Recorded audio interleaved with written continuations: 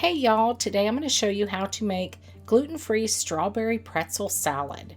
Those of you who didn't grow up in the Midwest like myself, part of America, may look at this and think salad? At least that's what I thought. But in the Midwest, they call everything with Jell-O a salad. It's more of a dessert to me, almost like a strawberry no-bake cheesecake. And what makes it so irresistible is the salty sweet vibe from the pretzel crust. I just love a good salty sweet thing. So let's get into it and I'll show you how to make it. All right, y'all, I'm starting with the topping because it does take a little bit longer to cool. So I have a pound of fresh strawberries here, which is 454 grams. And I'm taking about a quarter, maybe even a sixth or an eighth of them. I never measure this. I just want at least a half a cup of strawberry puree. And I'm pureeing that part up because I like to add it to the Jell-O. And I've got a 6-ounce package of strawberry Jell-O mix. This is the large package, y'all. And this is gluten-free, of course. And I'm adding to that 2 cups or 480 grams of boiling water. And I'll add my puree right into this and then mix the whole thing together. And it just gives that extra real strawberry flavor instead of just the strawberry Jell-O. I do this also in my fresh strawberry pie. I'll put a link for that above. It is so good, especially when you pick your own strawberries at peak strawberry season. There's nothing like it, kind of like a homegrown tomato. Am I right?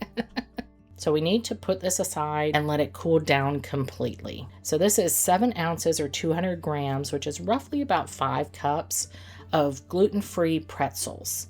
You can use the stick kind like this. You can use the regular pretzel shaped kind, whatever you can find. Just grab it. And then I like to put it right in a Ziploc bag because I like it like a few larger chunks. You can put it, however, in a food processor if you'd rather. I just find this to be easier and I don't have to worry about washing the food processor bowl. You know me and dishes. I'm not fond of them. All right, this looks pretty good. A few larger chunks in there mixed in with some smaller pieces.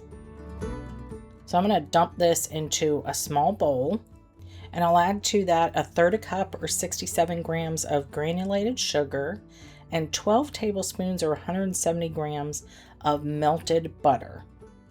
And my favorite tool for mixing any kind of crust like this is a fork. So grab a fork, mix it all together until it's kind of like wet sand. Y'all, I didn't realize when I was filming this that I was completely out of foil. Normally I line my pan with foil with an overhang because I really like to get perfect slices, especially for my pictures. If you don't have foil, just grease your pan. That you might not get like the perfect slices, but you definitely do not want to use parchment. It tends to get soggy and then it makes the crust soggy. I have my oven preheated to 350 Fahrenheit and I'll get this in the oven to bake for 15 minutes. Make sure to let this cool completely before you add the filling on top. To make the filling, I'm starting with 16 ounces or 454 grams of softened cream cheese. And I'll get this whipping at first just to make sure it's well combined. And then I'll add in 1 cup or 200 grams of granulated sugar. At this point, you can add a teaspoon of vanilla. I completely forgot when I was doing this video. Also, at this point, after you add in the sugar, if you don't want to use Cool Whip, just use a cup or 240 grams of heavy whipping cream and add it cold heavy whipping cream. That's important. And add it at this time and let it continue to whip until it's light and fluffy. But I'm going to go ahead and use the actual Cool Whip. And this is an 8-ounce package of Cool Whip, 226 grams. It's already thawed and I'm just going to fold it in. This is an old recipe. Cool Whip was used way back when, and I'm just going to stick to the quick and easy. All right, y'all, my crust has completely cooled. So I'm going to go ahead and add the filling on top.